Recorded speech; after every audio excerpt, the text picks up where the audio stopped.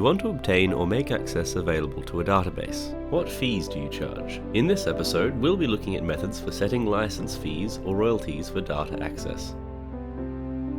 They often come up in intellectual property licensing, whether it be in the form of a platform access arrangement or a software license or a database services agreement. It's usually in the context of a licensing deal.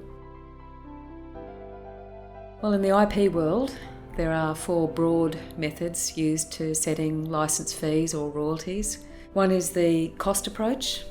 The second one is the 25% rule. The third one is the income approach.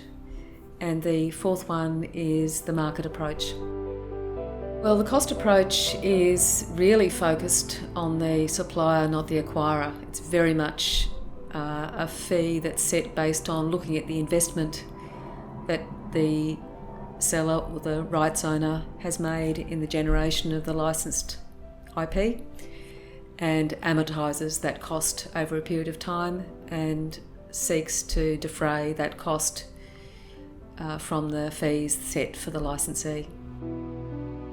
25% rule takes 25% of the licensee's gross profits pre-tax and allocates them to the licensor, with the balance going to the licensee.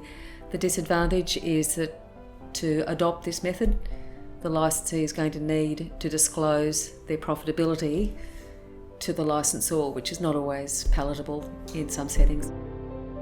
The income approach is by far the most favourable or granular because it weighs up the interests of both parties more than those other approaches. What this approach does, it looks at the likely profit that the licensee is going to make over what period of time, but it also provides a discount factor for the risks, so it analyses the level of risks that the licensee is going to incur by earning this profit, and then tries to find an appropriate figure that both incentivises the licensee and adequately remunerates the licensor.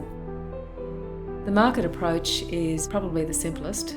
It works well in a situation where you have a pre-existing practice, music industry, the book publishing industry, software industry to some extent. They have the comfort in knowing that that rate hasn't been just struck out of the blue. It's been something that's been generated over a long period of supply and demand.